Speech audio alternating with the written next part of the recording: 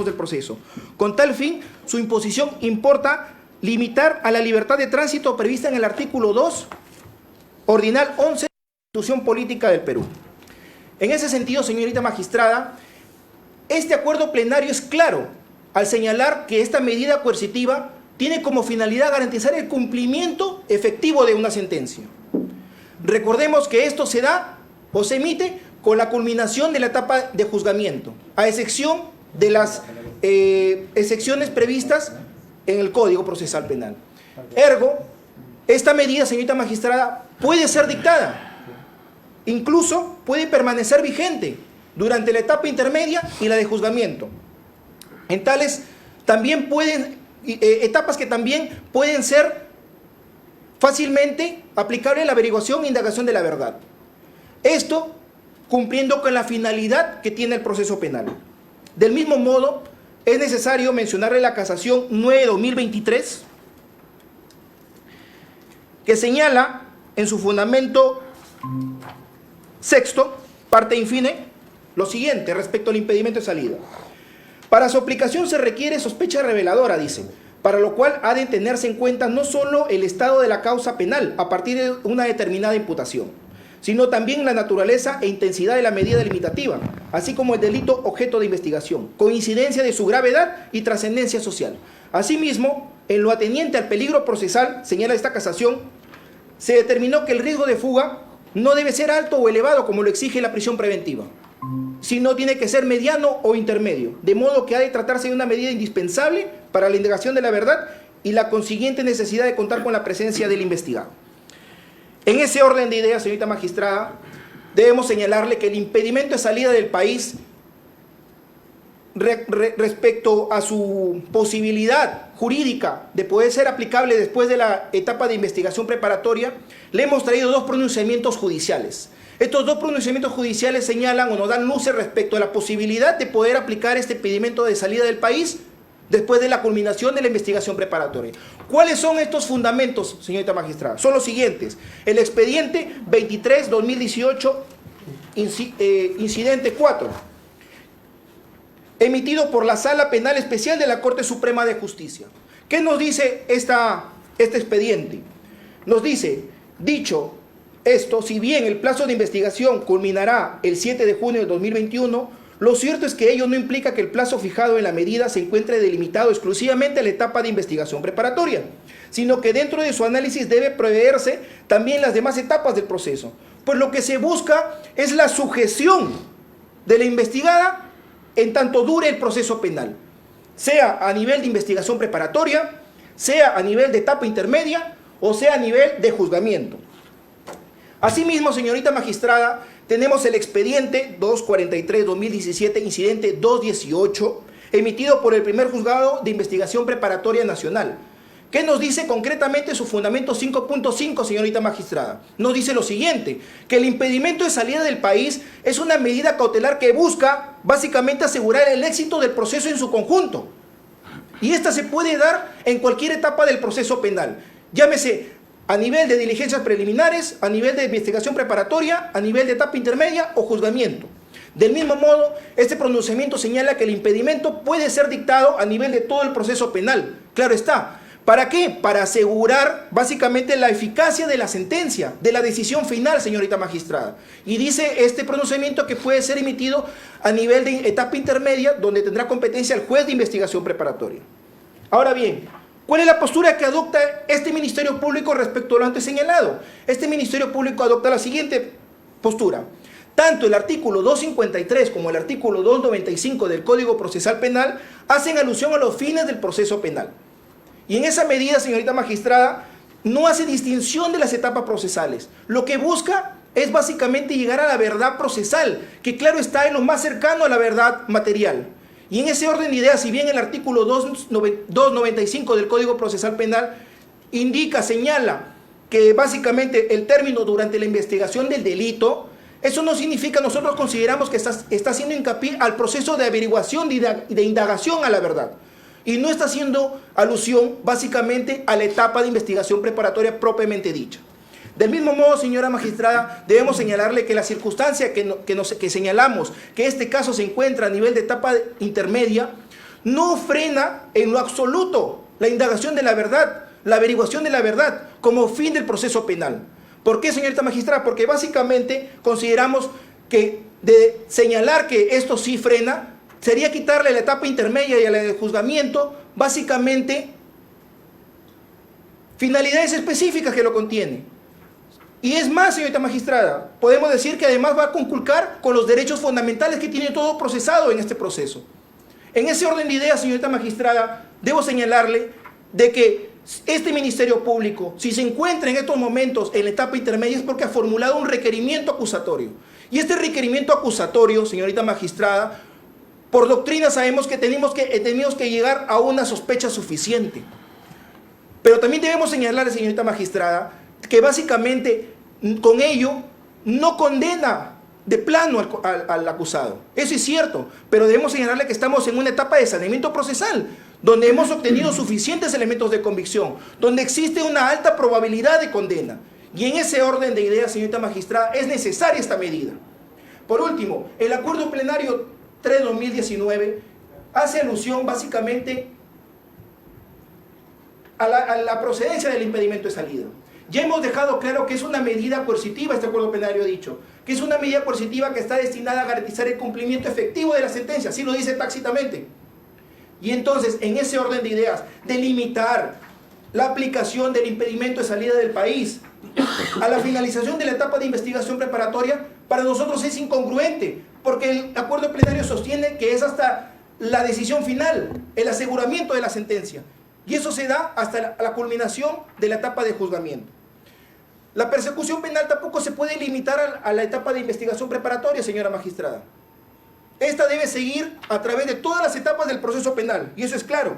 Más aún, si esta medida es eficiente, es eficaz para poder sujetar al procesado, al acusado, hoy Martín Alberto Vizcarra Cornejo, a la etapa de juzgamiento, que estamos de cara a ello.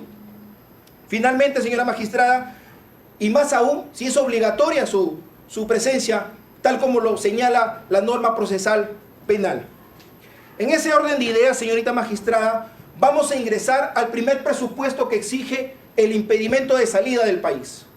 En la apariencia del buen derecho, si bien debemos señalarle, señorita magistrada, esta investigación se dio inicio con las diligencias preliminares con declaraciones de colaboradores eficaces. También es cierto y debemos señalarle que a lo largo de la investigación, hoy en etapa intermedia, hemos recabado elementos de calidad, repito, de calidad. Entonces, debemos señalarle, señorita magistrada, que estos arriban a confirmar y a corroborar estos dichos de los colaboradores, a confirmar estas imputaciones en contra del acusado Martín Alberto Vizcarra Cornejo. En ese orden de ideas voy a tratar de hacerlo más sucinto a efectos de poder precisarle cuáles son estos elementos suficientes de convicción que hemos obtenido. Como primer elemento, señorita magistrada, voy a ayudarme con unas PPT a efectos de poder ilustrar también. Tenemos la resolución 5002A 2010, Jurado Nacional de Elecciones, de fecha 23 de diciembre de 2020, donde se da o se declara como presidente regional a Martín Alberto Vizcarra Cornejo. ¿Cómo se efectiviza esto? Con la credencial que también está ofrecida y que le da esa calidad por el periodo de 2011 al 2014. Seguidamente tenemos el Decreto Supremo 158-2013 de fecha 29 de junio del 2013, donde se autorizó 60 millones a favor del gobierno regional de Moquegua para la ejecución de la licitación pública internacional PER 013/87471/1985 en adelante Lomas de Hilo. Tenemos la sesión de consejo, señorita magistrada, del proyecto especial Pasto Grande. Con este proyecto, en el punto 2, acuerda otorgar la conformidad para que la gerencia ponga a consideración del Consejo Regional, del Gobierno Regional, la suscripción del convenio para el desarrollo del proceso de selección de Lomas de Hilo. Acto seguido, tenemos el acuerdo de Consejo Regional 107-2013 CR/GRN de fecha 16 de agosto de 2013. Aquí, señorita magistrada, se aprobó la suscripción del convenio entre las Naciones Unidas, UNOX, y el Gobierno Regional de Moquegua para el encargo de los procesos de licitación, en este caso, Lomas de Hilo. Con fecha 28 de agosto del 2013, el gobierno regional, representado por el hoy acusado Martín Alberto Vizcarra Cornejo, suscribió el convenio con la UNOX, representado por Fernando Contri Barbari. ¿Qué suscribieron, señorita magistrada? El convenio 033-2013 DRA/GRM, de fecha 28 de agosto del 2013. Elemento 5, señorita magistrada. Ahora, respecto de este extremo, señorita magistrada, me voy a detener porque es importante hacerle una precisión respecto a este convenio. Respecto a este convenio, tenemos básicamente en su punto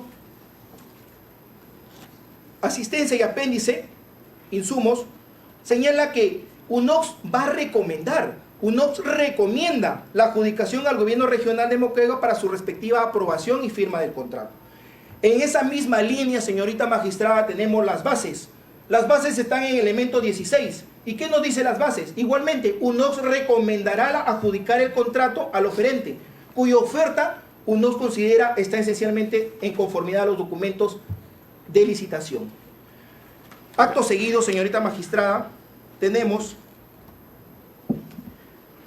la declaración como elemento 6, la declaración del propio acusado, donde cuando se le preguntó si había la posibilidad de que UNOX recomiende, este nos indicó básicamente lo siguiente, y lo cito de manera literal.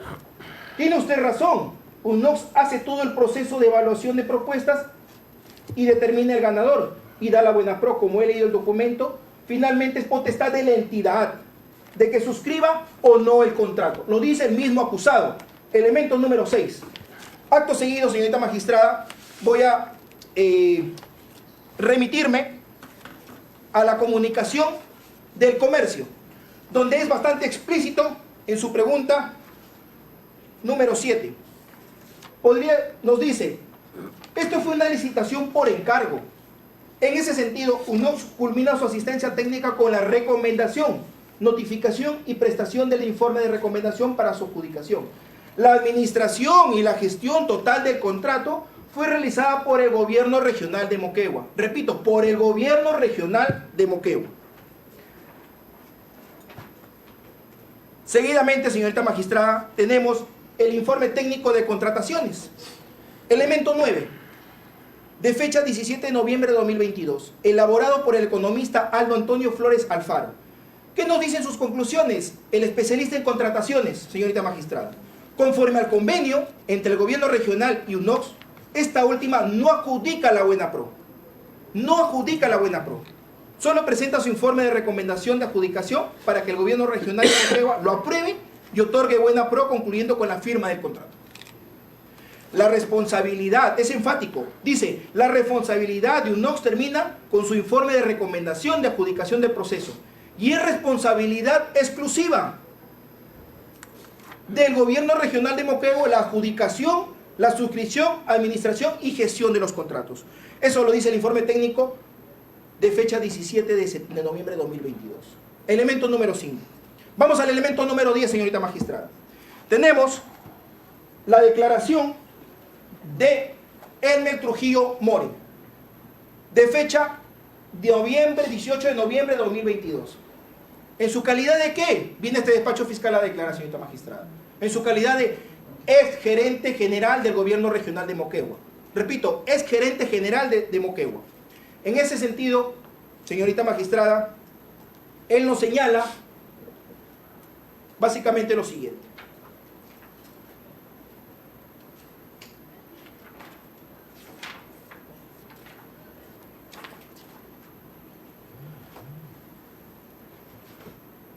Nos dice, UNOX tenía la facultad de adjudicar la licitación de Lomas de Hilo y Hospital de Moquegua al consorcio que tenía la mejor propuesta o solo recomendaba a la entidad.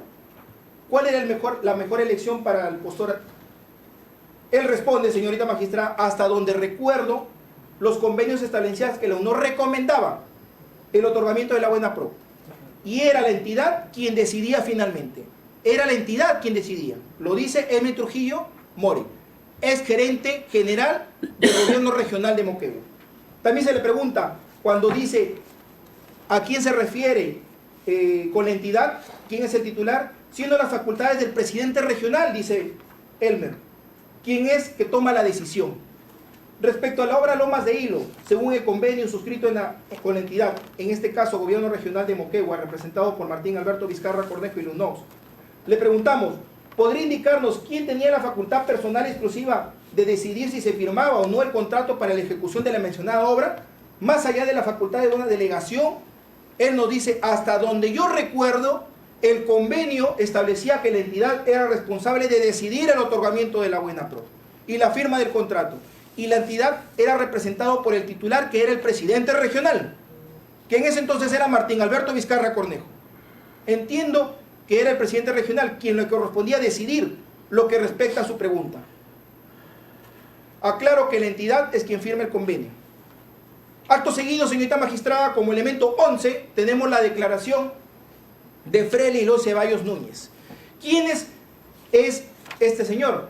Es exgerente general del Proyecto Especial Regional Pasto Grande, que en su declaración del 7 de septiembre de 2022 señaló que Martín Vizcarra, en principio señaló que Martín Vizcarra no solo era presidente regional del Gobierno Regional de Moquegua, sino también era presidente ejecutivo del directorio del Proyecto Especial Pasto Grande.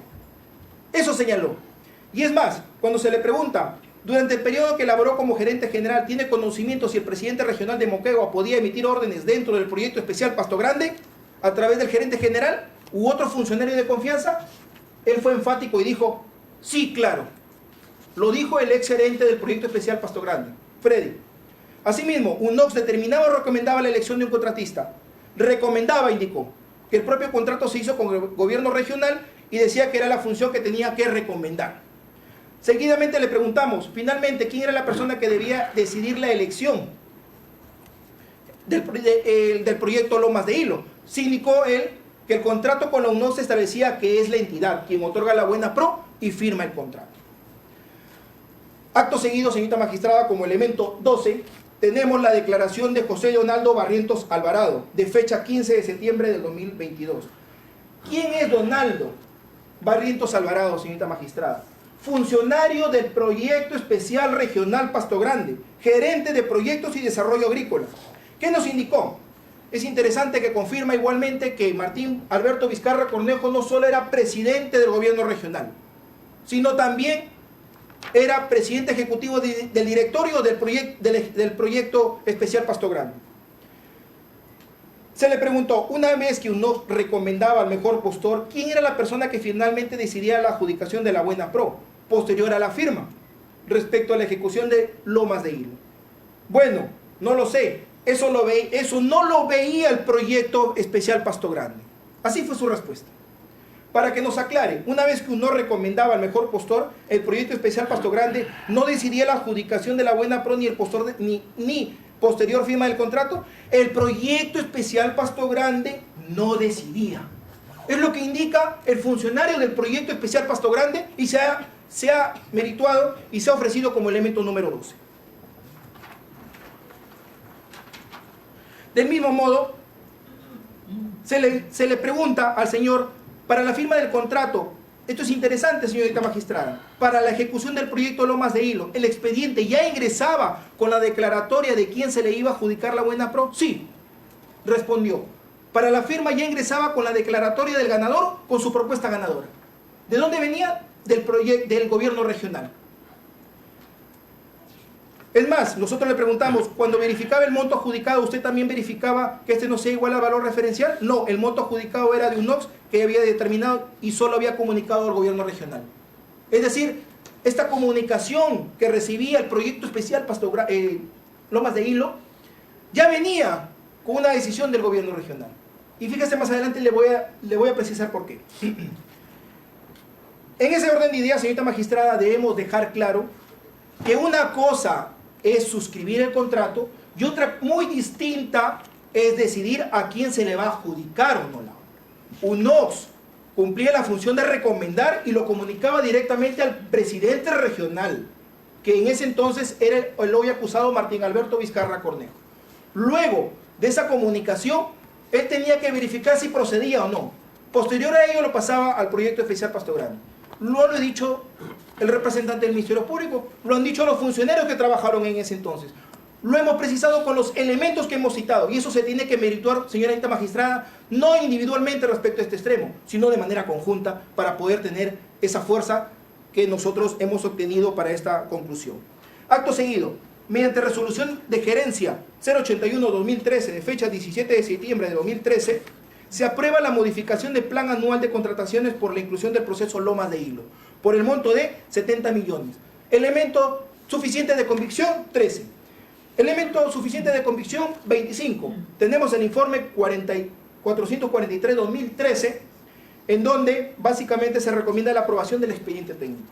Y con la resolución de gerencia general 082-2013 de fecha 17 de septiembre de 2013, elemento de convicción 15, se aprueba este expediente técnico. Ahora bien, en virtud, señorita magistrada, a este encargo que se le dio a UNOX mediante el convenio 033-2013 de fecha 28 de agosto de 2013, UNOX básicamente tenemos que convocó a licitación mediante el diario El Comercio, la página web de UNOX, tal como lo tenemos en el PPT, y básicamente respecto a ello se presentaron, ahí tenemos que precisar, ante la convocatoria, Obrainsa entra a tallar y verifica de que no cumple con los estándares, no cumple con los requisitos técnicos y busca a Stali para que puedan formar este consorcio. Una vez que firman el consorcio, se presentaron el 31 de octubre de 2013 como consorcio. Y en esa fecha, señorita magistrada, como elemento de convicción 17, tenemos el acta de apertura de ofertas, tal como lo señalamos en el PPT. ¿Quiénes fueron los que concursaron en ese entonces? Ahí lo tenemos. El consorcio Obrainsa Stali, con un monto de 86.454.818.06. Y el otro postor fue consorcio San Ibercon, con el monto 249.100.628.89. ¿Cuándo se realizó esta apertura de ofertas? Fue el 31 de octubre de 2013. ¿Cuál es el elemento? El 17, señorita magistrada. Una vez recepcionadas estas propuestas, debemos señalar que UNOX indicó que iban a realizar una evaluación técnica para poder verificar estas propuestas por parte de estos dos postores. Tenemos como elemento número 20, siendo hoy así, los representantes del consorcio, señorita magistrada, fueron citados con fecha 4 de noviembre de 2013. Elemento de comisión número 20, donde la funcionaria de UNOX, en este caso Karina Ruiz, en su condición de asociada en adquisiciones de la UNOX, en una reunión en las oficinas ubicadas en Pérez Araníbar 750 Magdalena de Mar, ex Avenida del Ejército, acudieron los señores funcionarios de Obrainsa y Stali, César Bairo, Paul Tejeda Moscoso, Giovanni Peirano, Carlos Valderrama, representando al consorcio. En dicha reunión, señorita magistrada, debemos señalarle de que básicamente le indicaron que mejore su propuesta, que su propuesta estaba bien, pero si podía mejorarla y presentar una nueva propuesta sería excelente. Eso fue básicamente lo que le indicaron los funcionarios de UNOX. Ahora bien, como elementos concomitantes, señorita magistrada, es preciso señalarle que en ese contexto, en esa reunión donde básicamente le solicitaron al consorcio Obrainsa Stali un reajuste y una mejora de esa propuesta, solo a ellos, lógicamente, porque era la mejor en ese momento, es que el acusado Martín Alberto Vizcarra Cornejo, al tomar conocimiento de que estaba participando el consorcio Obrainsa Stali, hace una llamada o contacta al señor Elar Tejeda Moscoso. ¿Quién es el señor Elar Tejeda Moscoso, señorita magistrada? Es el gerente comercial de Obrainsa. ¿Qué le señala? Que básicamente estaba enterado y tenía la intención de informarle o brindarle una información privilegiada. Esto es, y solicitarle a cambio un donativo indebido económico, consistente en el 2% del costo total de la obra. Y así se puede hacer de la buena pro de la adjudicación del proyecto Lomas de Hilo. Dicha solicitud, señorita magistrada, tiene como antecedente las llamadas que se realizaron entre el 4, 5 y 6 de noviembre de 2013. Respecto a este extremo, señorita magistrada, en ese entonces Martín Alberto Vizcarra Cornejo ya ostentaba el cargo de presidente regional. Y es más, conocía perfectamente a Elar Tejeda Moscoso porque en el año 2003 ellos formaron el consorcio Colca, básicamente ellos ya se conocían. Por eso es que existía esa familiaridad, digamos, esa amistad que tenían para poder hacer la llamada y hacerle ese tipo de propuestas. Acto seguido, Martín Vizcarra le dijo que ya sabía de la propuesta por parte de UNOX para efectos de que pueda realizar ese ajuste y que estaba enterado, pero que estaba en la ciudad de Lima y que próximamente iba a llegar para efectos de poder tener una reunión. Y efectivamente, señorita magistrada, dentro de esos días, 4 y 5 y 6 de noviembre, se efectuó esta reunión. Para efectos tenemos las llamadas correspondientes a los días, fíjese, 5 y 6 de noviembre del 2013.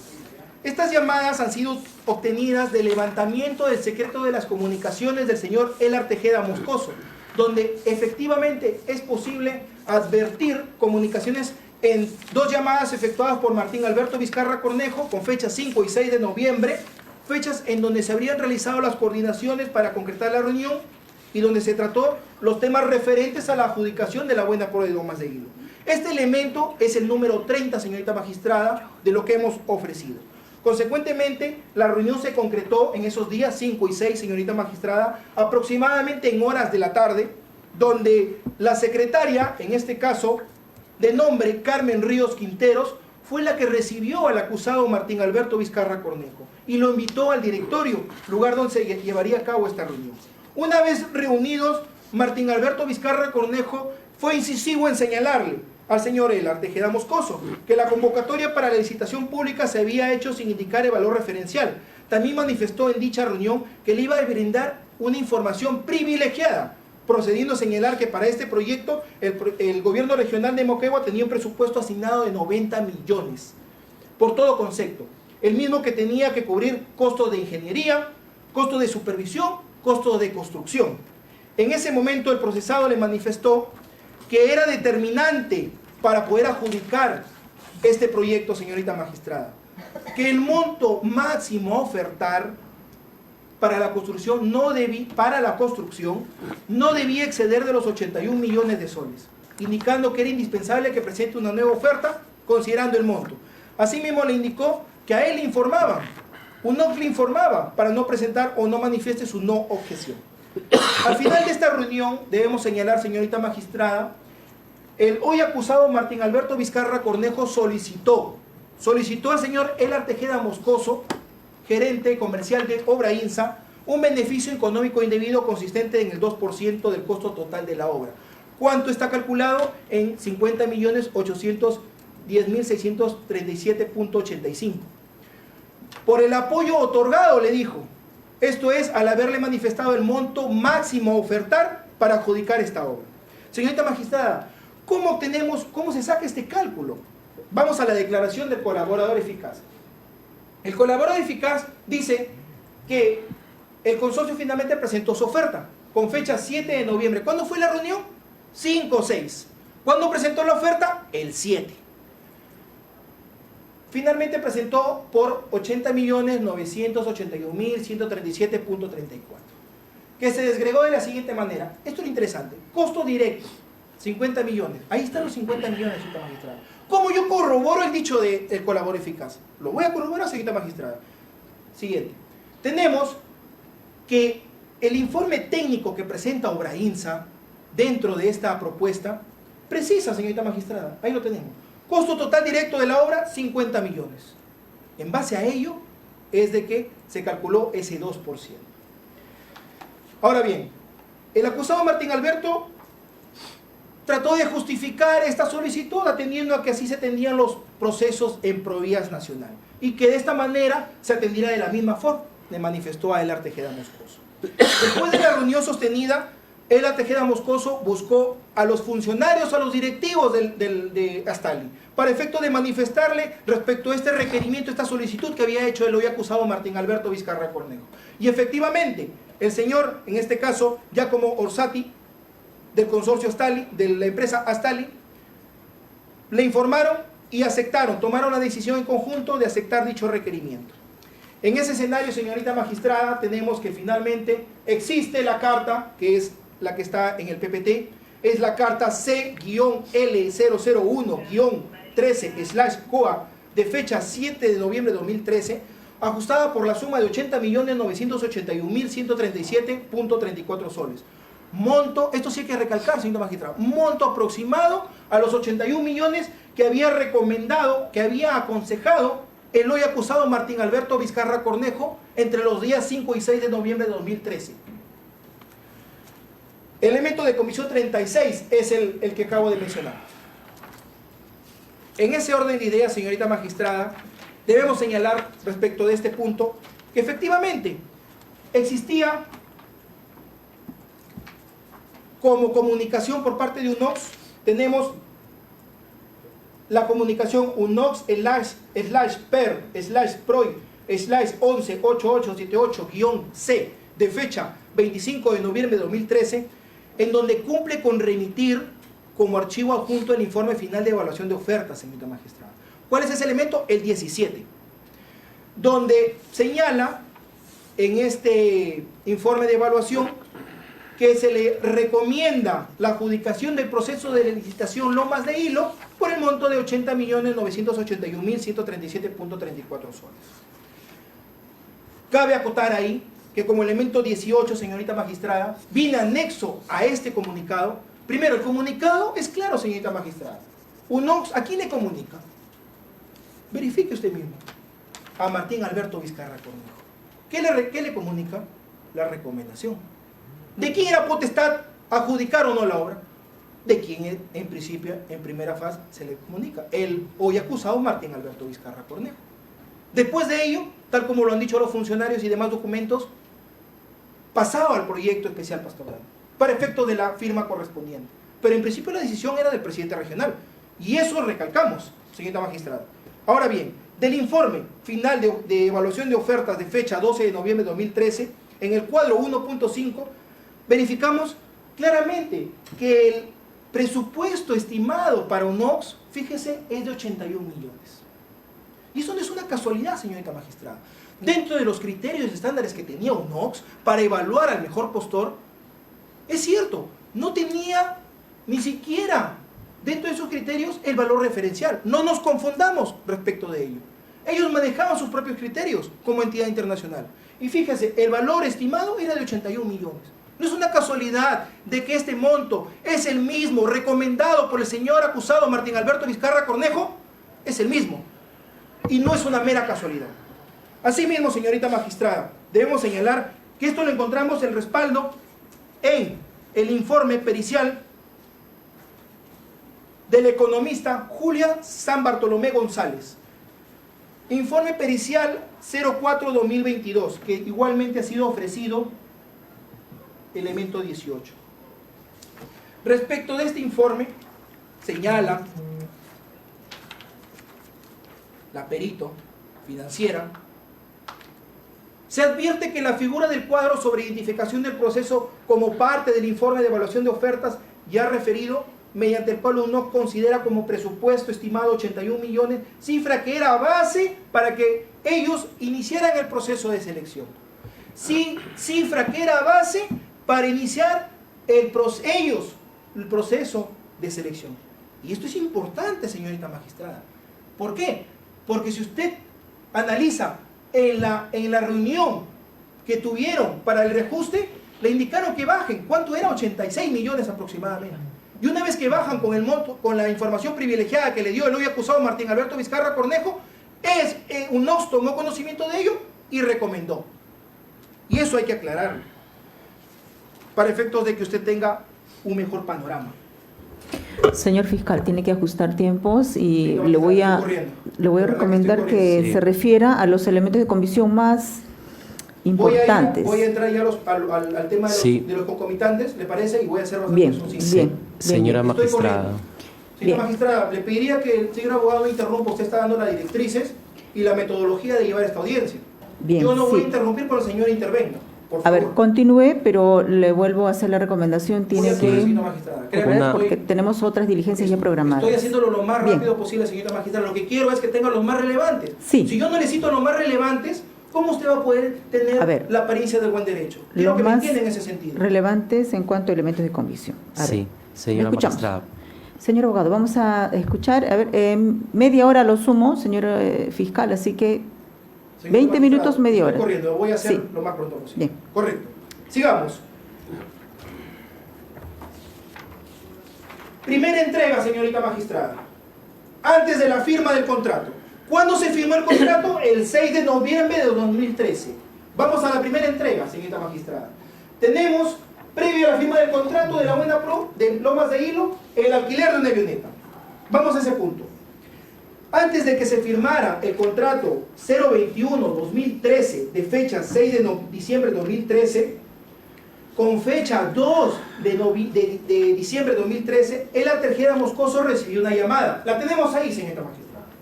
Esta llamada que recibió fue por parte del hoy acusado Martín Alberto Vizcarra Cornejo. La llamada es el elemento 30, señorita magistrada. ¿Qué le indica el acusado? Solicitándole que le alquile una avioneta porque tenía una urgencia de reunirse con unas personas que se encontraban en Lima y necesitaba que se trasladen a Hilo en el día. Para reunirse con él, indicándole que ese costo de ese servicio sea cuenta de lo pactado, sea cuenta del 2% que solicitó. En ese orden, el Tejeda Moscoso encargó a su secretaria Ana Helen solicite la cotización correspondiente. Como ya lo indiqué, existe la llamada, señorita magistrada, como elementos de convicción 47, 48, 49, para que usted lo tenga a la vista. Nosotros le hemos presentado la precisión de hechos y espero que pueda usted verificarlo. Existen los correos electrónicos y las coordinaciones, señorita magistrada, entre Ellen Vela, que es la secretaria, y el representante de AXA, que es la Aerotransportes S.A. Del mismo modo, usted va a poder verificar en nuestro requerimiento, señorita magistrada, los correos electrónicos. Estos correos electrónicos eran entre la secretaria, el representante de esta empresa de transporte de la avioneta, entre él, Tejeda Moscoso, y finalmente el acusado Martín Alberto Vizcarra Cornejo.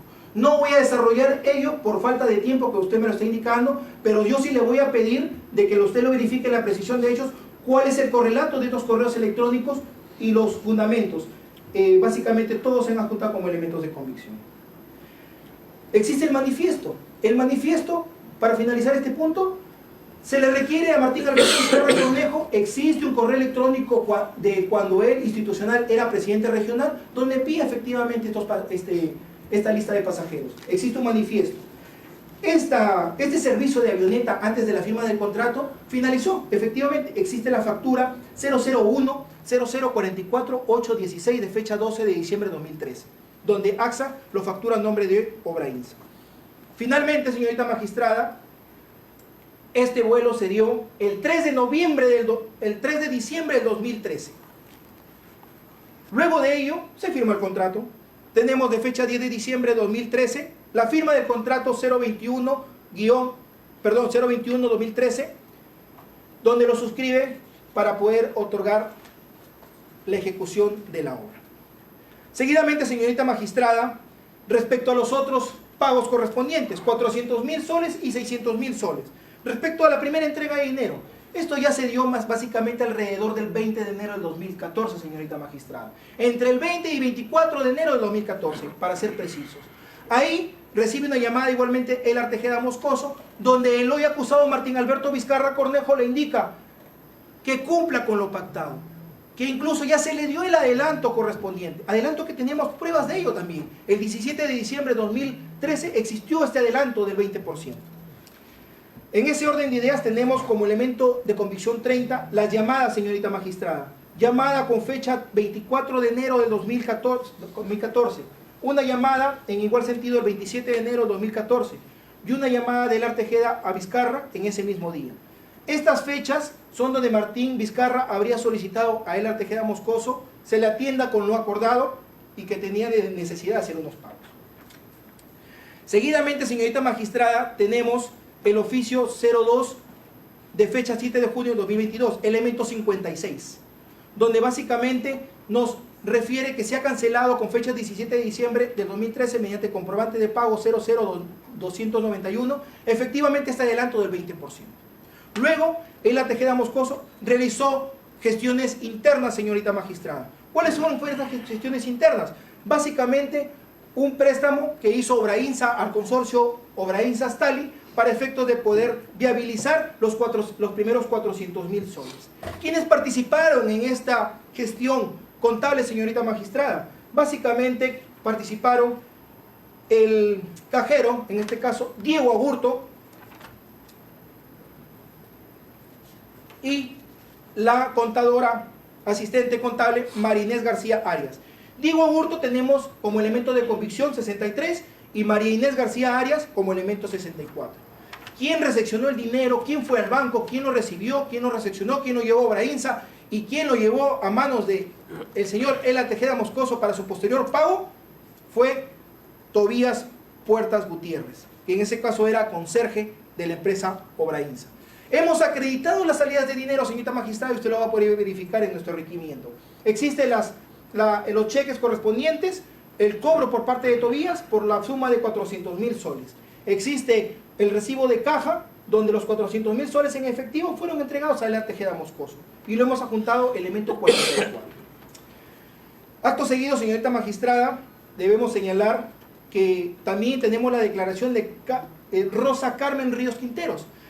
¿Quién es Rosa Carmen Ríos Quinteros? Es la secretaria de Obrainsa. Ella fue la que recepcionó la entrada del señor acusado Martín Alberto Vizcarra Cornejo, quien hizo pasar a la oficina del directorio, quien puede acreditar que entre esas fechas efectivamente él acudió y es las fechas donde se realizó este pago por los 400.000 nuevos soles. Señora magistrada, la segunda entrega de dinero. Básicamente de la misma, en modo mismos operandi, básicamente la misma gestión, participaron Diego Agurto como cajero, María Inés como asistente contable, se generó un cheque por 600.000, lo cobró Tobías Puertas, lo llevó a manos de Ela Tejeda Moscoso, y esto es interesante porque una vez que había esta disponibilidad, Ela Tejeda Moscoso llamó a Martín Alberto Vizcarra Cornejo. ¿Cuáles son esas fechas? La primera semana de abril del 2014, señorita magistrada. Elemento 30. Existen las llamadas respecto a la primera semana, las tenemos en el PPT, lo cual acredita que efectivamente el dicho de colaborador se puede básicamente, valga la redundancia, corroborar. En ese mismo sentido, tenemos el levantamiento del secreto de las comunicaciones del hoy acusado Martín Alberto Vizcarra Cornejo, que efectivamente corroboran estas llamadas de levantamiento de Ela Tejeda Moscoso. En ese orden de ideas, señorita magistrada, efectivamente se ha acreditado respecto a este extremo que efectivamente existieron estas salidas de dinero. Ahora bien, voy a pasar al hecho 2, señorita magistrada. Al apartado 2. Permítame un momento.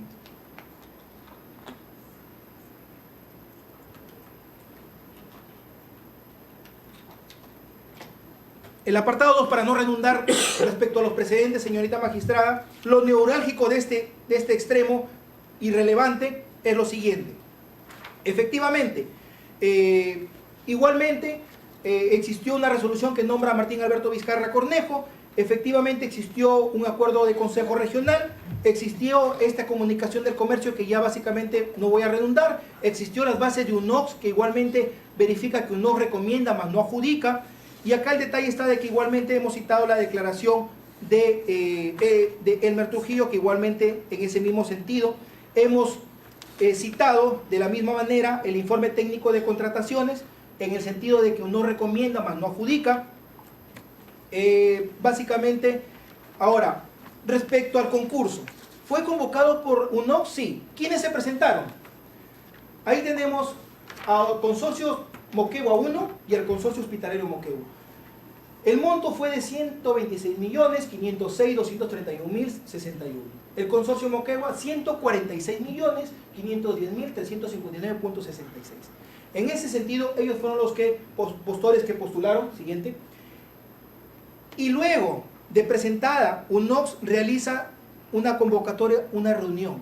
Ya verifican estas propuestas y citan a los representantes del consorcio hospitalario Moquegua.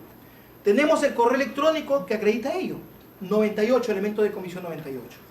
Asimismo, tenemos, señorita magistrada, para acreditar que en dicha reunión, donde se le requirió de igual forma un reajuste a la oferta presentada, estaba presente nada más y nada menos que el hoy acusado Martín Alberto Vizcarra Cornejo.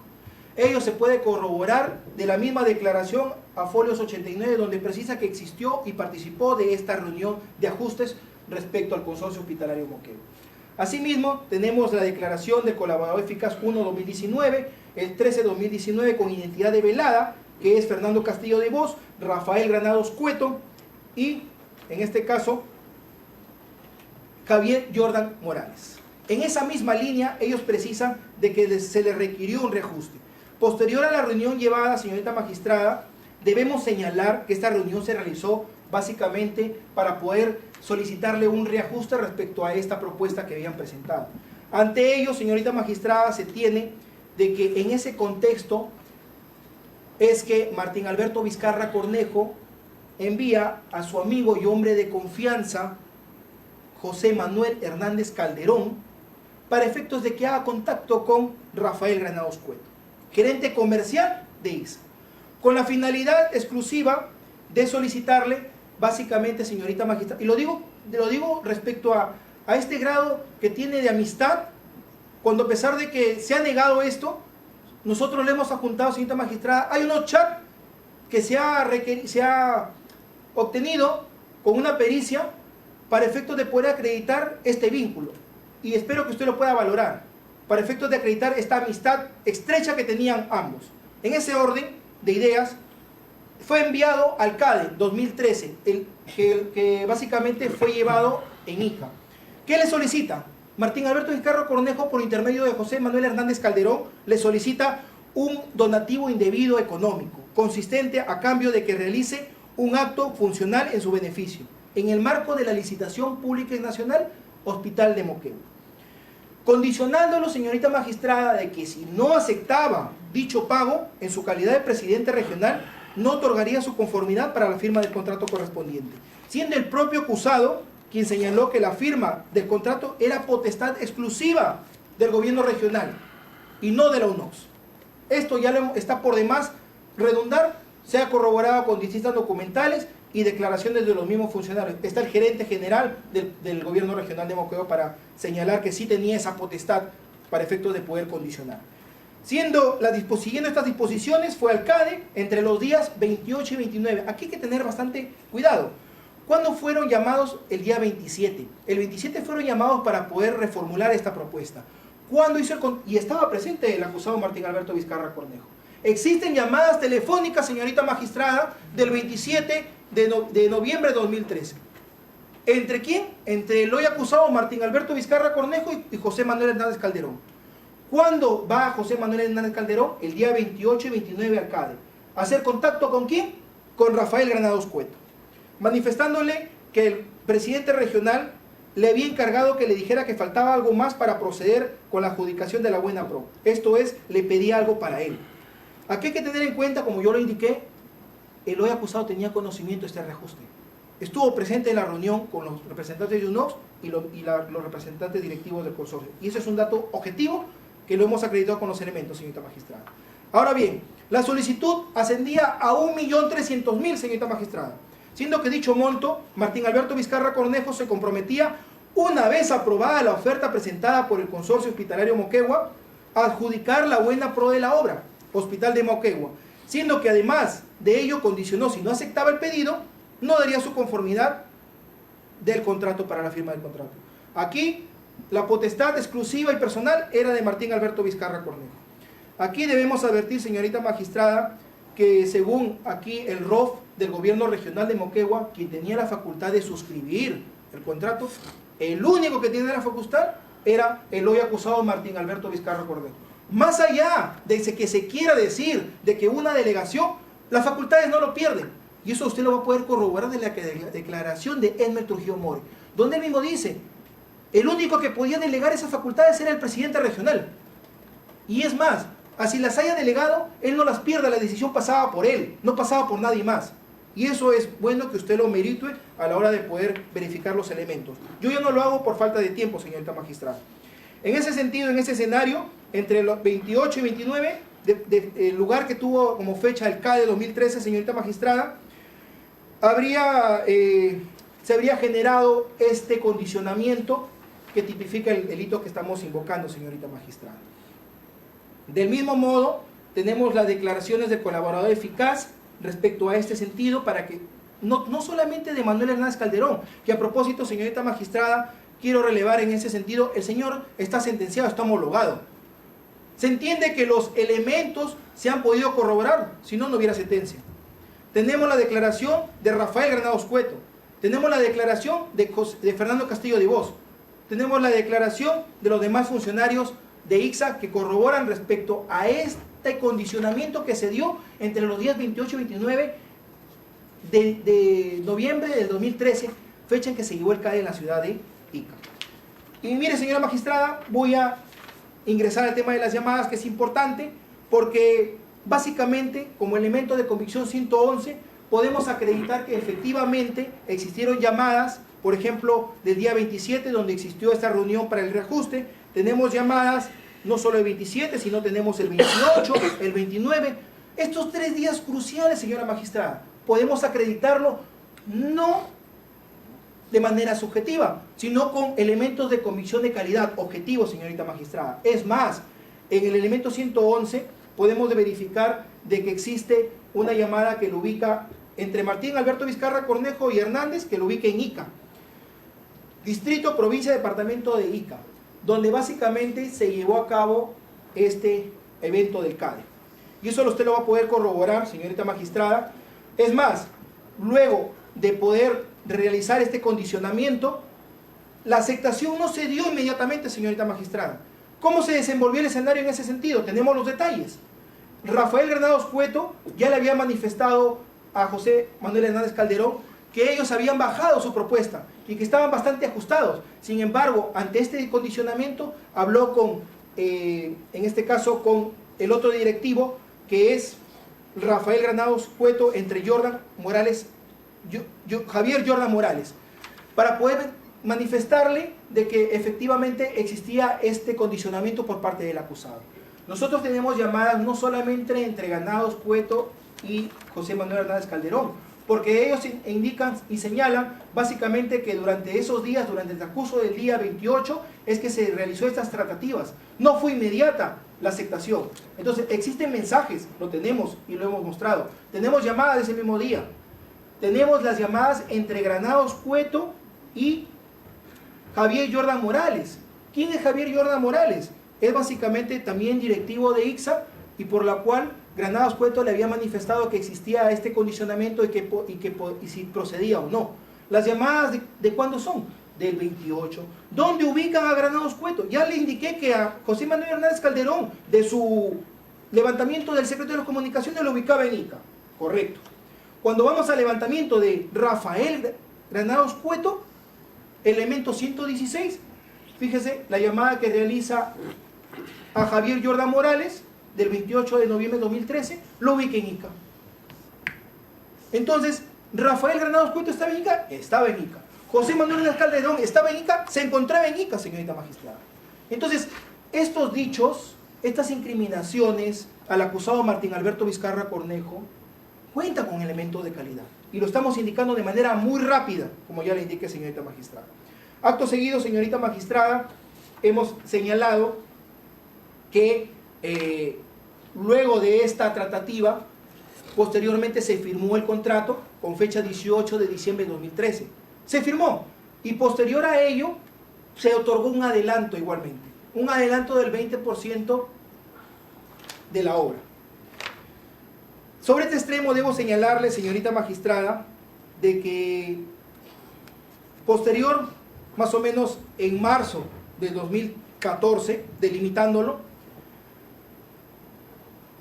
Martín Alberto Vizcarra Cornejo le manifiesta mortificado a Hernández Calderón de que hay un incumplimiento por parte de lo pactado con los directivos de ICSA y que por favor haga contacto con ellos.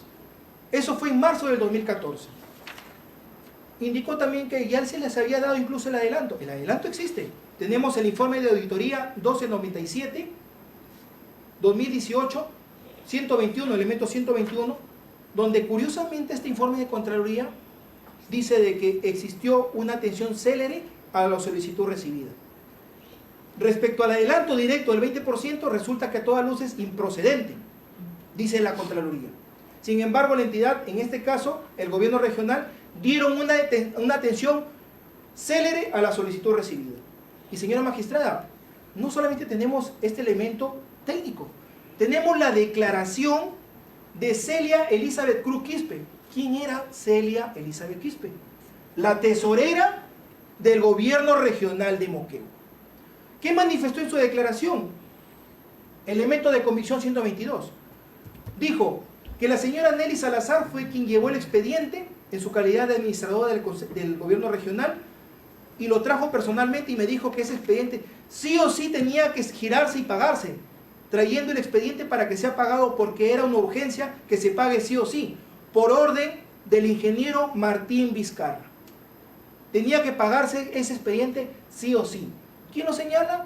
La tesorera del gobierno regional de Moquegua.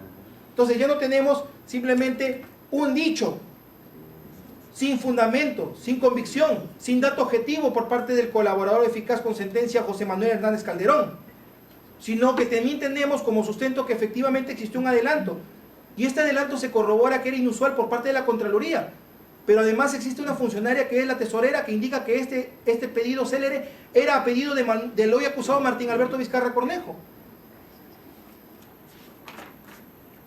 Entonces, en marzo del 2014, cuando ya le manifiesta el acusado Martín Alberto Vizcarra Cornejo a Manuel Hernández Calderón que estaba mortificado, surge este contacto en marzo de 2014. Tenemos el chat, señorita magistrada, de fecha 25 de marzo del 2014.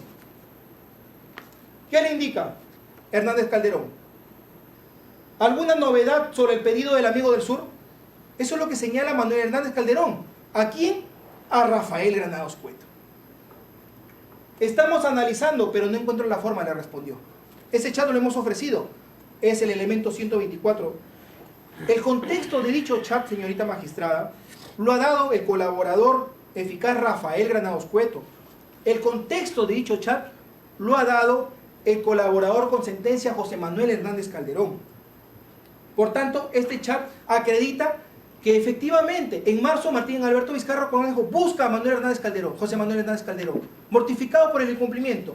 Cuando, y seguidamente, José Manuel Hernández Calderón, mediante el chat de 25 de marzo del 2014, hace el contacto con Rafael Granados Cueto. El contexto de ese chat lo puede verificar del requerimiento. No lo voy a leer por falta de tiempo. Respecto a los pagos ilícitos, señorita magistrada, esto es fundamental. Los pagos ilícitos se realizaron. Dicho dinero salió por intermedio de un proveedor de nombre EMSAR, EIRL, a través de los servicios fictos en relación al consorcio hospitalario Villa del Salvador. Se emitieron facturas para justificar las salidas de dinero, el mismo que luego retornaba a la empresa ICSA, previo pago de IGB y la ganancia de EMSAR, y era guardado por Marta Gutiérrez de Salas. Marta Gutiérrez de Salas, ¿quién es, señora magistrada? No es más que la gerente general de ICSA. Ella en su declaración ha dado los pormenores, los detalles circunstanciados de cómo es que se realizaban estos pagos, cómo ella custodiaba este dinero en una caja fuerte que se encontraba en la oficina del directorio de ICSA. Usted lo va a poder verificar de los elementos que hemos adjuntado. No lo voy a indicar para no generar más tiempo. Del mismo modo, señorita magistrada, ella dará detalles de cuáles son las facturas. Las facturas son las 54, 55, 57 y 58. Básicamente esas son las facturas para poder generar el pago de 1.300.000 que condicionó el hoy acusado Martín Alberto Vizcarra Cornejo. Sobre el origen del dinero empleado para el soborno, señorita magistrada, debo indicarle que existe como medio de convicción el acta notarial 154, señorita magistrada. ¿Qué quiere dar a entender con esta acta? Le explico a grosso modo. Básicamente, usted va a poder encontrar en la precisión de hechos que le hemos adjuntado en nuestro requerimiento todos los correos, toda la gestión contable que ha generado ICSA para efectos de poder desembolsar el dinero que ha sido materia de pago de sobornos para el hoy acusado Martín Alberto Vizcarra Cornejo. En dicha acta notarial se va a poder verificar la secuencia de los correos, la gestión contable, el pago de las facturas a favor de MSA. Se va a poder corroborar. Y con ello también tenemos el informe técnico 003-2022 emitido por Liliana Sánchez Aro, donde también en igual sentido corrobora que efectivamente del libro bancos, de las facturas, de los documentos que ha facilitado la empresa ICSA, se puede corroborar que existió estas salidas de dinero.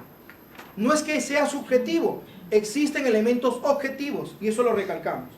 De igual manera tenemos la pericia contable de parte 155 como elemento, donde constata de que efectivamente se generó la salida de dinero para el pago ilícito de 1.300.000, señorita magistrada. Tenemos el acta de verificación del inmueble de fecha 21 de octubre de 2020. Ya hemos dicho que Castillo de Ibos ha indicado de que el dinero lo tenía guardado en una caja fuerte.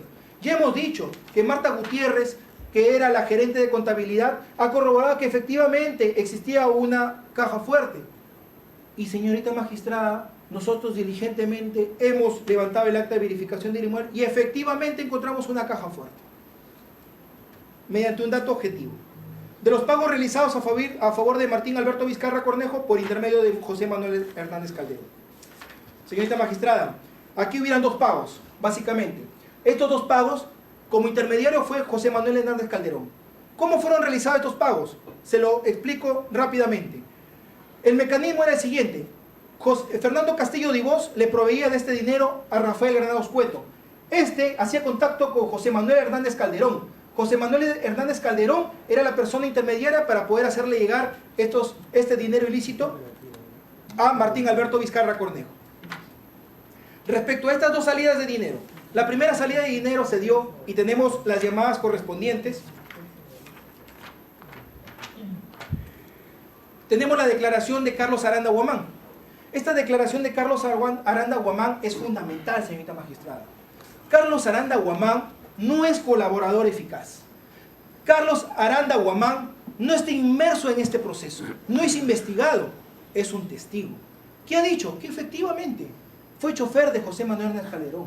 Ya has indicado que efectivamente hasta en dos oportunidades él recuerda perfectamente que fue a dejar en un sobre Manila sellado un paquete grande a casa de el hoy acusado Martín Alberto Vizcarra Cornejo.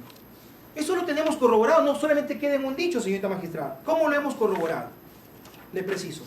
Ya le indiqué que el mecanismo de pago era Castillo de Ibos le entregaba el dinero a Rafael Granados Cueto. Rafael Granados Cueto hacía contacto con José Manuel Hernández Calderón y José Manuel Calderón, que era el intermediario, le entregaba el dinero a Martín Vizcarra. Entonces, tenemos llamadas, señorita magistrada, respecto a las fechas de mayo, junio y julio del 2014. Vamos a la primera. Mayo, junio de 2014. Existen llamadas entre mayo y junio. ¿Entre quién? Entre Rafael Granados Cueto y José Manuel Hernández Calderón. ¿Existen las llamadas?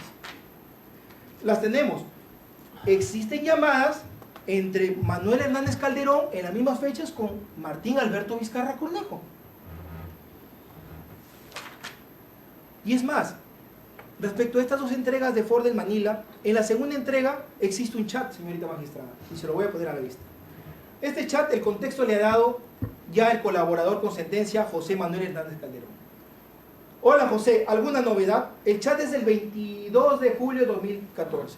¿Por qué les resalto la fecha, señorita magistrada? Porque yo al inicio le he dicho, fueron dos entregas, una entre mayo y junio y otra en julio, dos entregas. ¿Quién le entregó? José Hernández Calderón envió a su chofer. Entonces yo delimito esta segunda entrega al 22 de julio del 2014. Hola José, ¿alguna novedad? Y le responde el acusado, ya lo recibí, mañana necesito hablar contigo temprano. Cuando nosotros le preguntamos a José Manuel Hernández Calderón, que está con sentencia homologada, respecto de qué habla, dice perfectamente que él hace referencia al segundo sobre que le entregó su chofer. Entonces, de esa manera, señorita magistrada, no es que estemos hablando de manera subjetiva, tenemos elementos objetivos de calidad que demostrarían estas dos entregas de dinero por parte de José Manuel Calderón, que utilizó en este caso a su chofer. Seguidamente, las demás entregas, señorita magistrada, hasta en 3 oportunidades, la hemos delimitado entre el año 2014 y 2015. Señorita magistrada, aquí es importante, del periodo julio a diciembre del 2014, estamos delimitando, julio a diciembre de 2014, tenemos llamadas entre José Manuel Hernández Calderón y Rafael Granados Cueto. Elemento de convicción 114. Y a fin de corroborar estas llamadas, también hemos ido al levantamiento del secreto de las comunicaciones de Rafael Granados Cueto. Y efectivamente son las mismas. Ahora, en esas fechas tenemos llamadas, señorita magistrada, y lo hemos adjuntado, entre José Manuel Calderón y el acusado Martín Alberto Vizcarra Cornejo. O sea, Una vez que Rafael hacía el contacto y le entregaba el dinero, este lo llamaba para efecto de entregarle a Martín Alberto Vizcarra Cornejo. Tenemos las llamadas de levantamiento del número 998704-286 que utilizaba José Manuel Hernández Calderón, y tenemos también el levantamiento del 953-522-023 que utilizaba Martín Alberto Vizcarra Cornejo. Ese respecto a ese periodo. Vamos al otro periodo. Periodo de enero a junio del 2015, señorita magistrada. Esto es interesante porque aquí existe un chat de fecha 26 de febrero del 2015. ¿Entre quién? Entre el hoy acusado Martín Alberto Vizcarra Cornejo y José Manuel Hernández Calderón, en donde este último le indica y le dice: hola amigo, ya hablaremos cuando estés en Lima. La respuesta fue de Martín Alberto Vizcarra Cornejo: dile a Rafael que ya terminó febrero y hace un mes enero. Estamos hablando del periodo 2015, señorita magistrada. Entonces, cuando nosotros queremos saber el contexto de este chat, se lo preguntamos al colaborador con sentencia homologada. Y él nos dice que este chat es básicamente porque se refería a Rafael Granados Cueto, que en el año 2015 ya había pasado enero y febrero y no existía ningún pago a cuenta aún. Entonces, efectivamente tenemos que José Manuel Hernández Calderón, luego de ese pedido que le realiza mediante el chat Martín Alberto Vizcarra Cornejo, dice: dile a Rafael, señorita magistrada, la fecha del chat ¿cuándo es? 26 de febrero del 2015. Nosotros tenemos llamadas de enero a junio de 2015, fíjese, entre José Manuel Hernández Calderón y Rafael Granados Cueto. Tenemos las llamadas y elementos de convicción el 114. Y desearía que usted lo verifique, señorita magistrada. Y no queda ahí. Este es del levantamiento que utilizaba José Manuel Hernández Calderón. Fuimos al levantamiento de Rafael Granados Cueto y efectivamente existían llamadas respecto a ese periodo en donde se habían realizado estas 3 entregas correspondientes. Señorita magistrada, después de estas llamadas, también tenemos llamadas posteriores entre José Manuel Hernández Calderón y el acusado Martín Alberto Vizcarra Cornejo. ¿Para qué? Para reseccionar este dinero indebido solicitado, condicionado en este caso. Elemento de convicción 111, elemento de convicción 117. Señora magistrada, finalmente, los pagos directamente a favor de Martín Alberto Vizcarra Cornejo. Aquí es importante señalarle el pago directo de $30,000 en las oficinas de ICSA. Año 2015. ¿Entregado por quién? Por Rafael Granados Cueto. Yo le voy a explicar por qué fue entregado directamente por Rafael Granados Cueto. Y el otro pago de $60,000 con un aproximado de 200,000 soles en el domicilio de José Manuel Hernández Calderón. ¿En qué fecha? 25 de agosto del 2016. ¿Quién le entregó en esa ocasión? El mismo Fernando Castillo de Vos. Y yo se lo voy a acreditar antes de culminar mi locución. Hemos recurrido para ponernos en contexto con las declaraciones de sus colaboradores, incluso el que está con sentencia. Sigamos. Respecto a la línea de pago directo, vamos al chat. Seguimos con el chat. Bien, el chat nos dice y nos precisa de cuándo es, de julio, el 7 de julio de 2015. ¿Qué le dice José Manuel Hernández Vizcarra a José Hernández Calderón? Un favor, ¿tienes el número de Rafael Granados? ¿Quién le dice esa pregunta? El acusado Martín Alberto Vizcarra Cornejo a José Manuel Hernández Calderón. Y Manuel Hernández Calderón en el chat, ahí lo podemos verificar, le facilita el número. Y el acusado responde con un ok. Nosotros le preguntamos a José Manuel Hernández Calderón por qué es el que le solicita a ello. Y básicamente indica lo siguiente: Martín Vizcarra me pide el número del celular de Rafael Granados para contactarse él directamente con dicha persona, por cuanto yo ya le había dicho que no me utilizara para sus pedidos de dinero a la referida persona y que le hiciera directamente con él. Es por eso que yo le envié el número de celular de Rafael Granados, que lo tenía anotado en mis contactos de celular. El mismo colaborador con sentencia nos pone en contexto respecto a este chat. Siguiente. En ese orden de ideas, señorita magistrada, hemos acreditado que efectivamente posterior a este chat, cuando ya le facilitó José Manuel Hernández Calderón a Martín Vizcarra, existen comunicaciones. ¿Entre quién? Entre Martín Alberto Vizcarra Cornejo y Rafael Granados Cueto. Elemento de convicción 117, señorita magistrada. No solamente lo hemos obtenido del levantamiento del número 953-522-023, utilizada por el hoy acusado Martín Alberto Vizcarra Cornejo, sino también hemos creído por conveniente sacarlo del levantamiento del mismo celular también de Rafael Granados Cueto. ¿Cuál era el celular de levantamiento? Lo voy a indicar, que condice con el chat. 993512-934. En ese orden de ideas, señorita magistrada, respecto a este primer pago directo por parte de Rafael Granados Cueto al hoy acusado Martín Alberto Vizcarra Cornejo, está acreditado. Existen elementos y sabemos perfectamente que estos elementos deben ser valorados en conjunto. Finalmente, señora magistrada, respecto al periodo de agosto del 2016,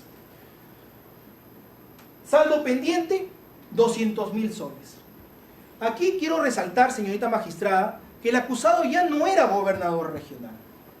Era vicepresidente de la República del Perú y era ministro de Transportes y Telecomunicaciones. Ese es un dato objetivo que lo vamos a acreditar, señorita magistrada. Este pago de saldo pendiente, Martín Alberto Vizcarra Cornejo le indica a José Manuel Hernández Calderón, su intermediario, su amigo de confianza de toda la vida. Oye, Fernando Castillo de Ibor, los directivos de IFA me tienen un saldo pendiente de 200.000. Por favor, haz el contacto. Y Hernández Calderón accede a este pedido. Ese contexto, señorita magistrada, lo podemos encontrar de la declaración del mismo colaborador eficaz con sentencia, del mismo colaborador Fernando Castillo de Ibor, del mismo Rafael Granados Cueto. Pero estos dichos los vamos a corroborar. Señorita magistrada, hemos tenido a bien adjuntarle el acta como elemento 107, donde acredita que Martín Alberto Vizcarra Cornejo era vicepresidente de la República y ministro de Transportes y Comunicaciones. Asimismo, hemos podido acreditar objetivamente, señorita magistrada, mediante elemento de convicción 151, que durante ese periodo que era ministro de Transportes y Comunicaciones, ICSA tenía varios contratos vigentes, tal como lo menciona el colaborador 1-2019 Castillo de Ibor. ¿Qué dice el colaborador?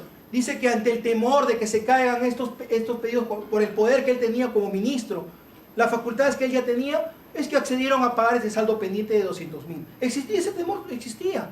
No porque ya era gobernador regional, sino porque era ministro y vicepresidente, señorita magistrada. Y eso lo acreditamos con el 151, el elemento, donde se puede verificar objetivamente que sí, efectivamente, estaban vigentes estos contratos, o bueno, estos contratos vigentes.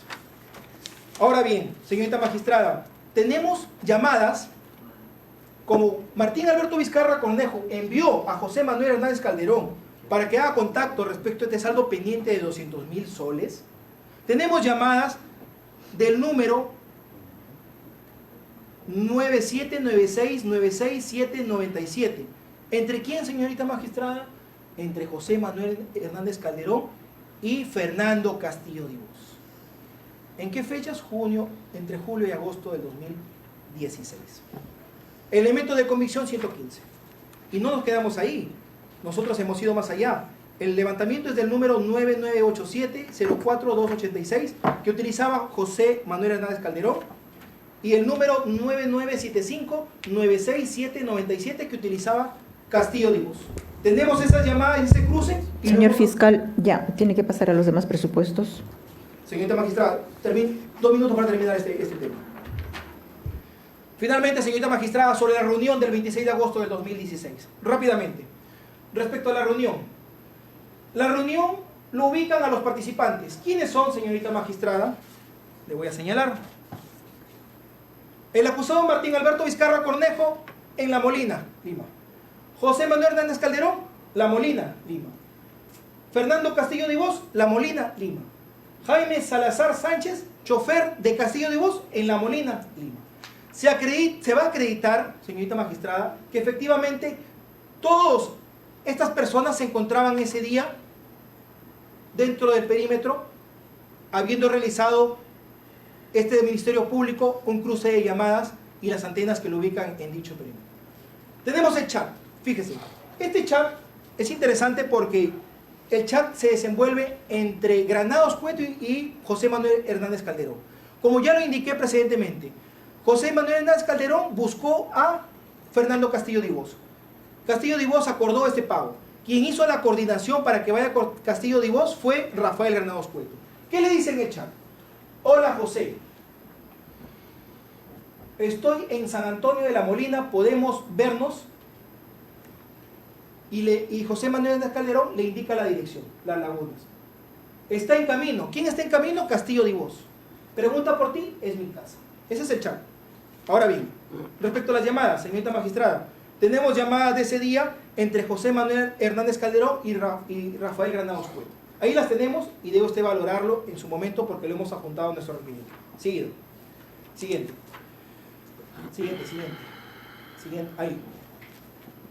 Ahí tenemos una línea de tiempo, señorita magistrada, donde nos ubica para que usted pueda ilustrarse cuando haga la valoración correspondiente.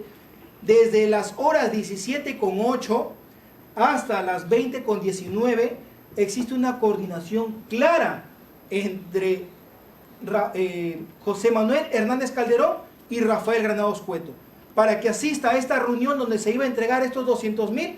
¿Quién? Fernando Castillo Dibós. Del mismo modo, siguiente, tenemos llamadas, señorita magistrada, en el mismo horario, en el mismo día. ¿Con quién? José Manuel Hernández Calderón con Martín Alberto Vizcarra Cornejo. Y estas llamadas son del 25 de agosto y las hemos adjuntado a folios, como elemento de convicción 104. Señorita magistrada, siguiente. ¿Dónde lo ubican? Siguiente. Las llamadas anteriores. Tenemos 3 llamadas desde las 3 hasta las 20:51. ¿Entre quién? Entre ambos. Siguiente. Del levantamiento, señorita magistrada, de Hernández Calderón. Fíjense, un detalle. ¿Dónde lo ubica? El 25 de agosto a las 20:51. En Pasaje El Sauce 144, Centro Comercial Molicentro. Esa es la antena de Claro que lo ubica cercano al domicilio de José Manuel Hernández Calderón. Y es un dato importante que usted debe valorar. Lo tenemos ahí y lo hemos colocado de manera con resaltador para efectos de que usted pueda tener una mejor ilustración. Siguiente. Señora magistrada, la antena del Molicentro, fíjese, está a 1 kilómetro y ese es el condominio San Francisco. Esa es la antena de Claro y por la cual lo hemos extraído del levantamiento del secreto de las comunicaciones. Siguiente. Ahora, señora magistrada, respecto a Martín Alberto Vizcarra Cornejo, ¿dónde lo ubica? En La Molina, Lima, Avenida Universidad, 1838. Están los horarios, señorita magistrada. Tenemos a las 20:51, a las 22:20, a las 22:48. Señorita magistrada, la reunión se realizó entre las 9 a las 11 de la noche del día 25 de agosto del 2016. Y lo sitúa dentro del radio. Esta antena es de Movistar, no es de Claro, y eso hay que aclarar. En La Molina. Siguiente. Fíjese, a 17 minutos de la casa de Manuel Hernández Calderón. La antena es de Movistar, es donde se ubica el acusado Martín Alberto Vizcarra Cornejo, dentro del radio de La Molina. Siguiente.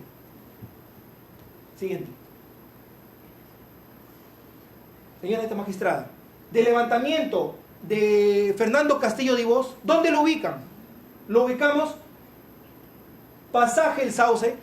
Lo bueno es de que el celular es de Claro de Castillo Dibós. Lo ubica en Los Sauces, Centro Comercial Molicentro. ¿En qué horario? 23:05.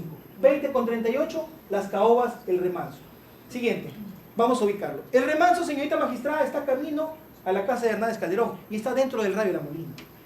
La antena, que es Los Sauces del Molicentro a La Molina, es la antena de Claro que capta la más cercana a la casa de José Manuel Hernández Calderón. Siguiente.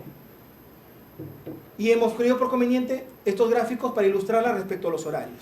La reunión se hizo desde las 9 de la noche a las 11 de la noche del mismo día. Siguiente. Señorita magistrada, el chofer. Castillo Dibós tenía un chofer de nombre Jaime Salazar Sánchez. Lo hemos adjuntado a los elementos. Aquí debo precisar que el señor no es colaborador, el señor no es investigado en este proceso, no está inmerso, es un testigo. Y él acreditó en su declaración que efectivamente vio a Martín Alberto Vizcarra Cornejo salir de la casa de Hernández Calderón, donde lo acompañó como chofer, en su calidad de chofer, a Fernando Castillo Dibós. Mire, señorita magistrada, ¿dónde lo ubica su celular? Atrás. La serie. 25 de agosto. tenemos como hora 9:25, 9:22, 9:18, 21:09. ¿Dónde lo ubica? Pasaje El Sauce 148, Centro Comercial Moricet. Siguiente. Siguiente. Siguiente. Entonces, señorita magistrada, claramente, la antena de Claro es la que se ubica más cercana a la casa de José Manuel Hernández Calderón. La antena de Movistar, pero está en el mismo radio, y lo ubica al acusado durante el periodo de 9 a 11 de la noche dentro del perímetro, señorita magistrada. Usted sabe que las antenas tienen un alcance determinado, y en ese orden de ideas es que se podía ubicar que el señor se encontraba dentro de ese radio a las horas que se habían pactado la reunión para efectos de poder entregar este dinero ilícito de 200.000 nuevos soles. Siguiente. Claro está que la declaración de Martín Alberto Vizcarra Cornejo ha negado que nunca fue a ese domicilio, ha negado que se ha reunido con Castillo de Voz, y ese es un elemento que también nosotros lo hemos adjuntado. Vamos al último presupuesto.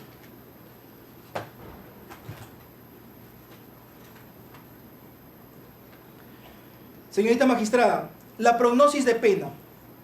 En la fecha nos encontramos a nivel de etapa intermedia, donde hemos presentado nuestro requerimiento acusatorio en contra del acusado Martín Alberto Vizcarra Cornejo por la comisión de graves actos de corrupción, pago de sobornos, cuando esto ostentó el cargo de presidente regional.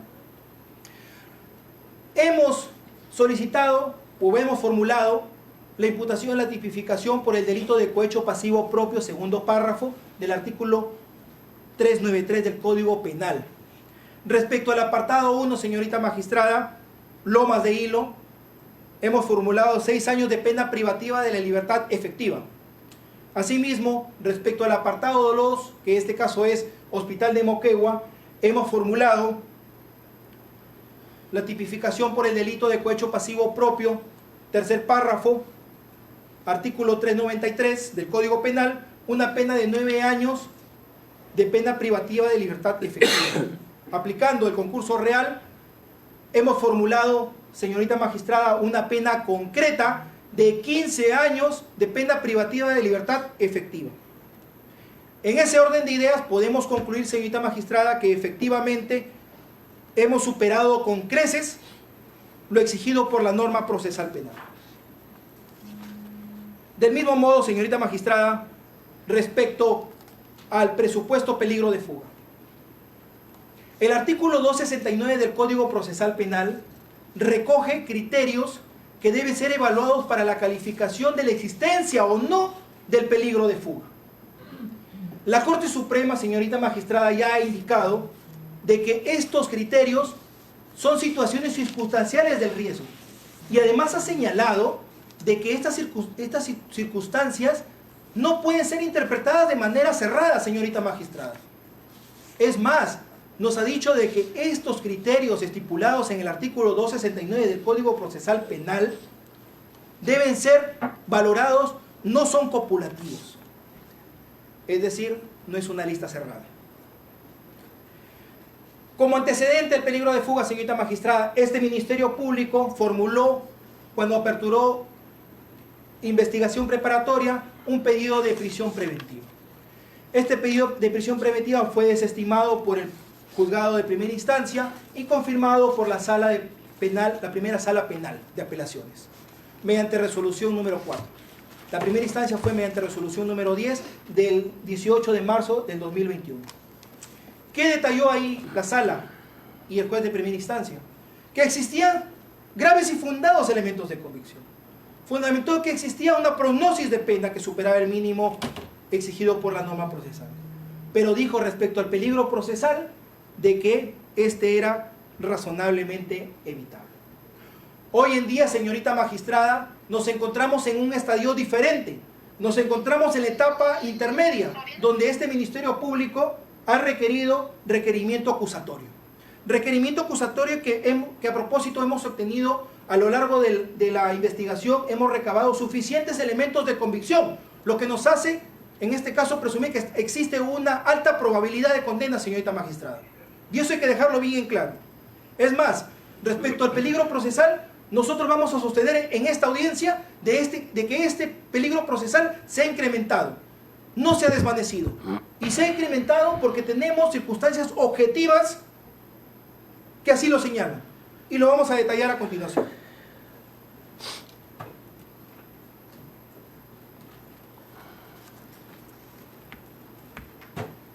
Tenemos la gravedad de la pena, señorita magistrada, como criterio aplicable al artículo 269 del Código Procesal Penal. La Corte Suprema, señorita magistrada, lo ha definido a este presupuesto como un presupuesto objetivo, que se basa en una máxima de la experiencia, señorita magistrada. Ante un peligro de aplicación de una pena grave, el acusado puede tener una condena en ese sentido y fugarse. Nosotros hemos señalado que en la fecha hemos formulado requerimiento acusatorio. Hemos señalado que tenemos elementos suficientes que acreditarían la existencia de delitos graves de corrupción de funcionarios, pago de sobornos. Y hemos señalado que existe una pena concreta de 15 años. Señorita magistrada, esta pena concreta es un dato objetivo. Por tanto, respecto a este criterio del 269 del Código Procesal Penal, nosotros consideramos que sí se llega a cumplir. No obstante, también consideramos que debe evaluarse con los demás criterios que podamos invocar respecto al 269. La magnitud del daño causado, señorita magistrada. Respecto a la magnitud del daño causado, aquí no estamos solo ante la comisión de delitos graves, cuando éste ostentó el cargo de presidente regional de Moquegua, sino también, señorita magistrada, estamos en atención a los bienes jurídicos protegidos. ¿Cuáles son estos bienes jurídicos protegidos, señorita magistrada? La administración pública y el correcto funcionamiento de la misma.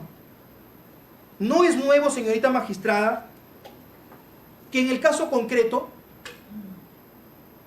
el proyecto, es de pleno conocimiento público, que el proyecto Lomas de Hilo, que fue materia de licitación pública en el presente caso, no funciona en la actualidad, señorita magistrada. Y eso no solamente es un perjuicio para el Estado, sino para la misma sociedad. Y traemos un dato objetivo. El dato objetivo es el siguiente. Es el oficio 435-2023 GRM/GRI,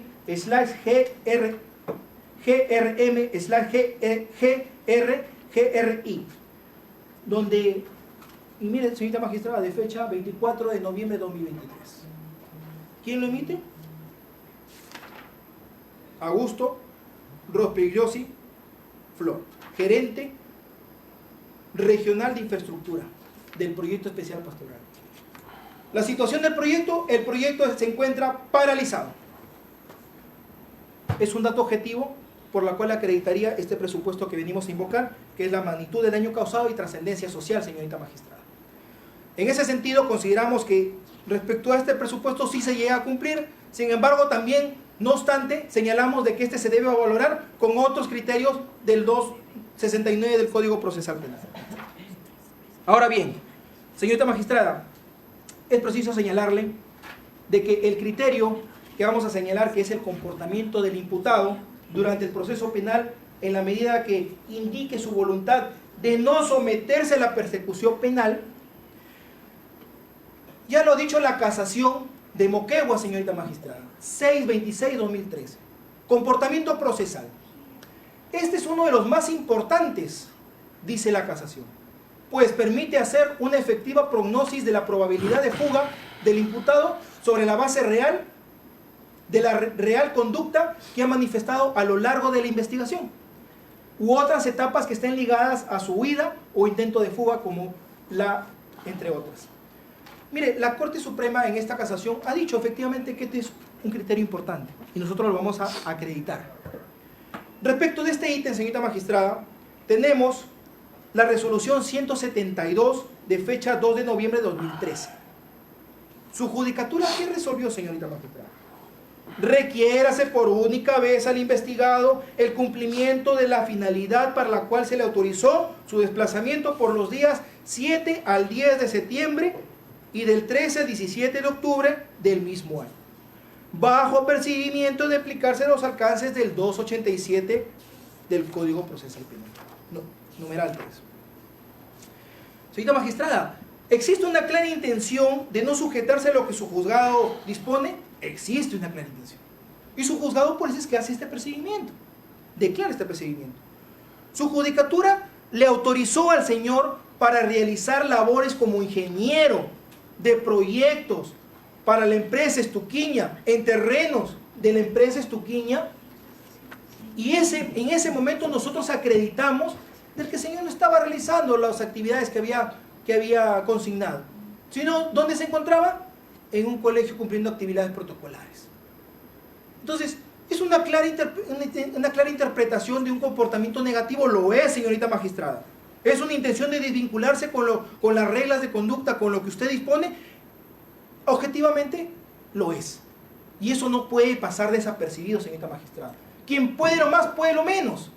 Y en ese orden de ideas consideramos de que existe un incremento de peligrosismo procesal respecto a este incumplimiento que ha decretado mediante la resolución 172 de fecha 2 de noviembre de 2023. Es más, señorita magistrada, esta resolución en lo absoluto ha sido apelada por la parte de la defensa técnica. Y es un dato que también usted tiene que valorar. Como segundo punto, señorita magistrada, el acusado tiene vasta experiencia en la política, tiene vasta experiencia en temas políticos. Sin embargo, requirió en su momento viajar a 4 regiones del Perú, desplazarse por 4 regiones del Perú. Regiones que a propósito algunas son fronterizas, como es Piura, entre otras. En ese orden de ideas, señorita magistrada, a pesar de que existía una resolución por parte del Jurado Nacional de Elecciones donde le prohibía realizar la representación, nosotros lo indicamos en escrito porque no nos dio tiempo para realizar la audiencia correspondiente. ¿Qué precisamos nosotros? Claramente, que existía un contubernio entre el hoy acusado Martín Alberto Vizcarra Cornejo con sus directivos de su partido político. ¿Para qué? Para poder tener salida cuando no le correspondía. Y eso lo dejamos ceñido en nuestro escrito, señorita magistrada. Lamentablemente no se ciñó en la resolución que usted declaró infundado para que no viaje, lógicamente, pero yo le voy a traer a colación lo que ha dicho la sala, que me parece interesante. La sala confirma, señorita magistrada, que el señor está impedido de salir, que la resolución del Jurado Nacional de Elecciones es clara. Y la sala dice, si bien es cierto, en algún momento le dimos salida, eso es porque no teníamos claro el panorama, no teníamos una información completa. Pero ahora que tenemos esta resolución del Jurado Nacional de Elecciones, se complementa. Y el señor no puede salir por nada del mundo. Entonces, ¿existe una nueva circunstancia objetiva? Sí. A pesar de que el señor tenía conocimiento que no podía, lo hizo. Lo solicitó ante su digna judicatura. No bastándole con ello, apeló para verificar si la sala. Entonces, ¿de qué estamos hablando, señorita magistrada? La sala ya ha confirmado que efectivamente el señor no tiene salida por temas políticos. ¿Se ha incrementado el peligrosismo procesal? Se ha incrementado, señorita magistrada. Existió, es más, la misma sala dice que intentaron, el presidente de la agrupación, en su condición, pretende que se le autorice salir de su localidad con la finalidad, como la misma defensa lo ha precisado, en transmitir ideas partidarias, capacitar a sus afiliados. Incluso en la misma audiencia quedó evidenciado, dice la sala, que para efectos de evadir la interpretación y prohibición efectuada por el Jurado Nacional de Elecciones, Vizcarra Cornejo se habría hecho designar como presidente honorífico. La sala lo dice, señorita magistrada, no lo dice el representante del Ministerio Público. En ese orden de ideas, señorita magistrada, nosotros, respecto a este comportamiento, claramente el hoy acusado Martín Alberto Vizcarra Cornejo no quiere sujetarse a las reglas de conducta. Y es más, la quiere desacatar. Porque sabía perfectamente que no tenía esa representación y trató de maquillar con la figura del presidente honorífico. Respecto a la indispensabilidad de la medida como criterio fundamentador del peligro procesal. Aquí, señorita magistrada, quiero señalar de que el nivel de riesgo, ya lo he dicho, no es alto ni elevado, sino que, como lo exige la prisión preventiva, sino que aquí el nivel de riesgo es mediano, es intermedio. Aquí, señorita magistrada, debemos valorar respecto a este punto, para qué es indispensable la medida, todos los criterios del 269 que hemos desarrollado objetivamente. Nosotros no hemos formulado alegaciones sin sustento, sino por el contrario, hemos formulado en base a elementos objetivos, como usted siempre lo ha querido. Y en esta oportunidad le hemos traído esos elementos objetivos, no meras presunciones. Asimismo, la medida sería indispensable no solo para la indagación de la verdad, dado que el Ministerio Público, señorita magistrada, estamos en etapa intermedia, y como ya lo ha dicho el Acuerdo Plenario 3/2019, la finalidad es garantizar el cumplimiento efectivo de la sentencia. Y esto se da cuando se culmina la etapa de juzgamiento. Asimismo, señorita magistrada, cuando se dictó el mandato de comparecencia con restricciones, se precisó de que existía un peligro procesal razonable. Hoy en día, señorita magistrada, este se ha visto incrementado por los elementos objetivos que nosotros hemos esgrimido en esta audiencia. Hemos claramente dado a conocer las causas por las cuales estaría incumpliendo y desvinculándose con las medidas coercitivas. Por esas razones creemos de que es indispensable la medida, señorita magistrada. Y finalmente, el 3 de proporcionalidad. Aquí, señorita magistrada, en el test de proporcionalidad, es importante señalarle de que la idoneidad, ¿por qué es idónea?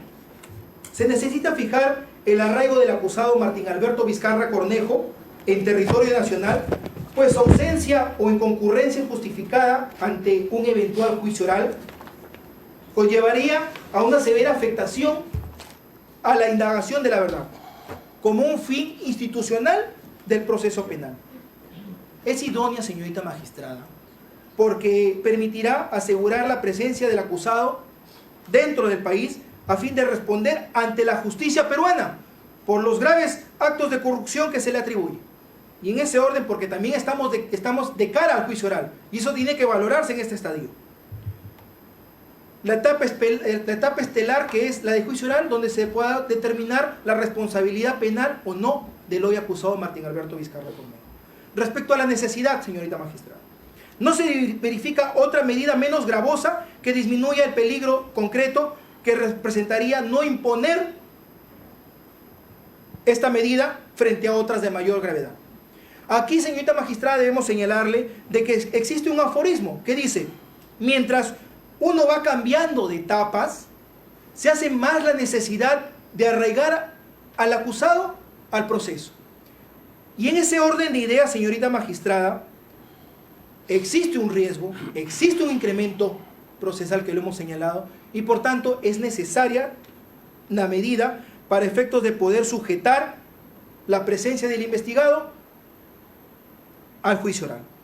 Y es proporcional en sentido estricto, señorita magistrada, porque se aprecia que el nivel de satisfacción de los fines de la causa judicial son superiores al grado de afectación de libertad del acusado. En lo pertinente al acusado Martín Alberto Vizcarra Cornejo, estuvo en todo momento, señorita magistrada, atacando, contradiciendo con el comportamiento, no acatando sus órdenes, existiendo apercibimientos de por medio, a sabiendas de que no podía viajar, lo hizo en contubernio con su comité. Entonces, se hace proporcional en sentido estricto respecto a este ítem. Y respecto a al plazo, señorita magistrada, es importante señalarle de que estamos solicitando 18 meses, toda vez de que nos encontramos en la etapa de saneamiento procesal, ya ahorita cumpliendo con el tema del control de acusación formal y sustancial, a puertas del proceso de juicio oral, y por eso creemos de que este plazo que solicitamos se ajusta a los intereses legítimos del proceso, tal como lo dice el Acuerdo Plenario 3/2019. Eso es todo. Gracias. Bien, vamos a correr traslado a la defensa técnica. Sí.